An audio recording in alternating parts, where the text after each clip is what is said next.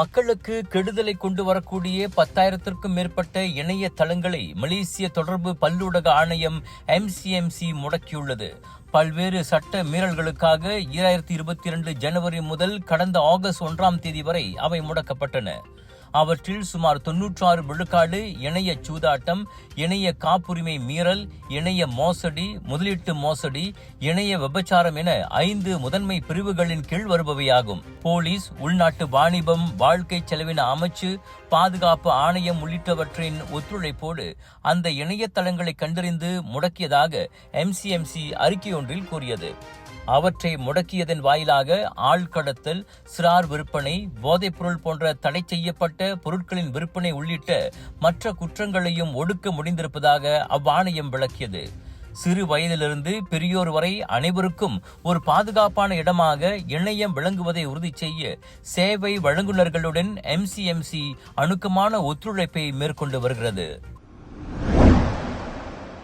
மலேசியாவில் தொழிற்சாலையை திறக்கப் போவதாக அமெரிக்காவின் பிரபல கார் தயாரிப்பு நிறுவனமான டெஸ்லா இக்காலத்திலும் கூறியதே இல்லை என்கிறார் அனைத்துலக வாணிபம், முதலீடு மற்றும் தொழில்துறை அமைச்சர் துங்கு ஜஃப்ருல் அசீஸ். அமைச்சும் அப்படியோர் அறிவிப்பை வெளியிட்டதில்லை என்றார் அவர். டெஸ்லா தலைமை செயல் அதிகாரி எலான் மாஸ்குடன் நாங்கள் முதலீட்டு பேச்சுவார்த்தையில் ஈடுபட்டது என்னமோ உண்மைதான். ஆனால் இங்கு கார் தயாரிப்பு தொழிற்சாலை எதனையும் திறப்பதாக அவர் உறுதி ஏதும் கொடுக்கவில்லை என அமைச்சர் சொன்னார்.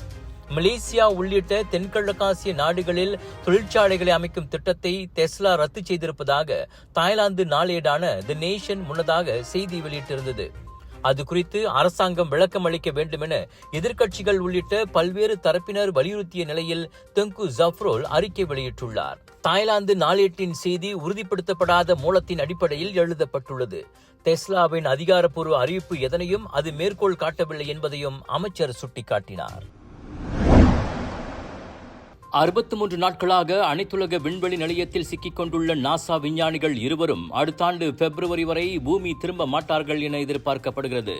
சுனிதா வில்லியம்ஸ், புஷ் வில்மோ இருவரும் பயணம் செய்த போயிங் நிறுவனத்தின் ஸ்டார்லைனர் விண்கலம் 2 மாதங்களாக பழுதாகியுள்ளதே அதற்கு காரணம்.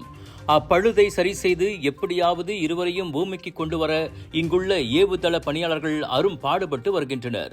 ஆக கடைசி தகவலின்படி குறைந்தது 2025 பிப்ரவரி வரை அவர்களால் பூமி திரும்ப முடியாத சூழல் ஏற்பட்டுள்ளதாக தெரிகிறது. அவசர ஏற்பாடாக 2 விண்வெளி வீரர்களை அனைத்துலக விண்வெளி நிலையத்திற்கு அனுப்ப நாசா திட்டமிட்டுள்ளது.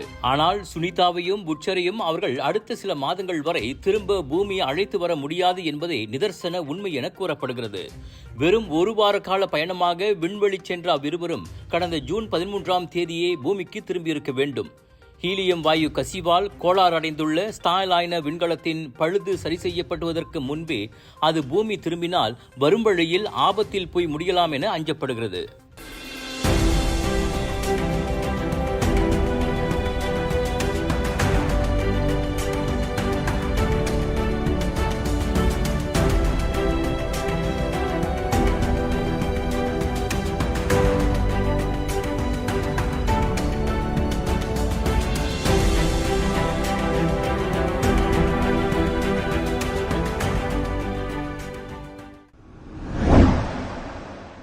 பஹாங் பெந்தோங்கில் உள்ள ஹோட்டலில் 5 ஆண்டுகளுக்கு முன்னர் சீன நாட்டு பிரஜை மரணமடைந்ததில் ஹோட்டல் பணியாளரின் கவனக்குறைவுக்கும் பங்கிருப்பதால் கந்திங் மலேசியா பெர்ஹாட்டும் அதன் கிளை நிறுவனமும் பொறுப்பேற்க வேண்டும் என கோலாலம்பூர் உயர் நீதிமன்றம் தீர்ப்பளித்துள்ளது. மரணமடைந்தவரின் மனைவி தொடுத்த வழக்கில் நீதிபதி அத்தீர்ப்பை வழங்கினார். அவ்வாடவர் ஹோட்டல் அறையில் இறந்து கிடப்பதற்கு முன் 2 அந்நிய நாட்டு ஆடவர்களை அவ்வறையினுள் நுழைய விட்டது ஹோட்டல் அறை பணியாளரின் தவறு. அதற்கு first world hotel and resort Sendirian Berhad பொறுப்பேற்றே ஆக வேண்டும் என நீதிபதி சுட்டிக்காட்டினார்.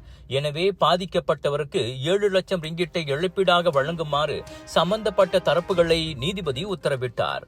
அதோடு செலவு தொகையாக 75,000 ரிங்கிட்டை வழங்க வேண்டும் என்றும் அவர் சொன்னார். 2019ஆம் ஆண்டு ஜூன் 19ஆம் தேதி அங்குள்ள ஹோட்டல் அறையின் கழிவறையில் உடலில் ஆடைகள் எதுவுமின்றி அந்த சீன நாட்டு ஆடவர் இறந்து கிடந்தார். போலீஸ் விசாரணையில் அதற்கு 2 நாட்கள் முன்னர் தான் இலங்கை மற்றும் பாகிஸ்தான் ஆடவர்கள் இருவர் அந்த அறையில் நுழைந்தது தெரிய வந்தது. அவ்விருவரும் அனுமதி பெற்ற விருந்தாளியா இல்லையா என்பதை உறுதி செய்யாமல் அவர்களை ஹோட்டல் அறைக்குள் நுழைய விட்டது அறையை சுத்தம் செய்ய பெண் பணியாளரின் அஜாக்கிரதையே என நீதிமன்றம் முடிவு செய்தது. இறந்து கிடந்தவர் சில நாட்களுக்கு முன்னர் கெசினோ சூதாட்டத்தில் பெரும் பணத்தை வென்றதும் குறிப்பிடத்தக்கது. என் மனைவியை நேரில் பார்த்து மன்னிப்பு கேட்கும் வாய்ப்பு எனக்கு இன்னும் கிடைக்கவில்லை. ஜோஹர் 3 செஷன்ஸ் நீதிமன்றத்தில் 46 வயது தோட்டக்காரர் நீதிபதியிடம் கூறிய வார்த்தைகள் அவை. பத்துபஹாட் அயர் ஈத்தாமிலுள்ள இடைநிலைப் பள்ளி ஒன்றின் கைவிடப்பட்ட ஆசிரியர் குடியிருப்பின் கழிவறையில் வைத்து மாணவியை கற்பழித்ததாக அவ்வாடவர் குற்றம் சாட்டப்பட்டிருந்தார். குற்றத்தை ஒப்புக்கொண்ட அந்நபருக்கு நீதிபதி 10 ஆண்டுகள் சிறை தண்டனையும் 5 பிரம்படிகளும் விதித்து தீர்ப்பளித்தார். பாதிக்கப்பட்ட மாணவியின் பள்ளியில் வேலை செய்து கொண்டே மாணவியின் வாழ்க்கையை சீர்குலைக்க எப்படி மனம் வந்தது? பாதுகாவலராக இருக்க வேண்டியவரே வேலியை மேயலாமா என தண்டனை வழங்கும் முன் நீதிபதி அந்நபரை கடிந்து கொண்டார். உங்களின் ஒரு சில நிமிட சுகத்துக்காக அப்பிள்ளையின் வாழ்க்கையே பாழாகிறது. வீட்டில் இருக்கும் மனைவி பிள்ளைகளை எண்ணி பார்க்க மாட்டீர்களா என்றும் நீதிபதி கேட்டார்.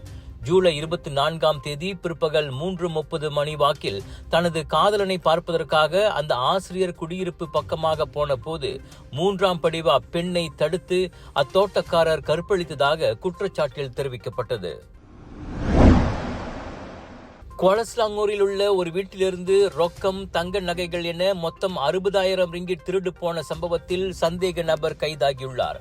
தாமான் பண்டாஹராவில் உள்ள தனது வீட்டில் களவு போனதாக புதன்கிழமை காலை பெண்ணொருவர் கொடுத்த தகவலை அடுத்து போலீஸ் விசாரணையில் இறங்கியது. இதையடுத்து அவ்வட்டாரத்திலேயே வைத்து உள்ளூர் ஆடவரை கைது செய்து திருடிய பொருட்களையும் போலீஸ் மீட்டதாக குவாலஸ்லாங்கூர் போலீஸ் தலைவர் முகமது அம்பியா நோர்டின் தெரிவித்தார்.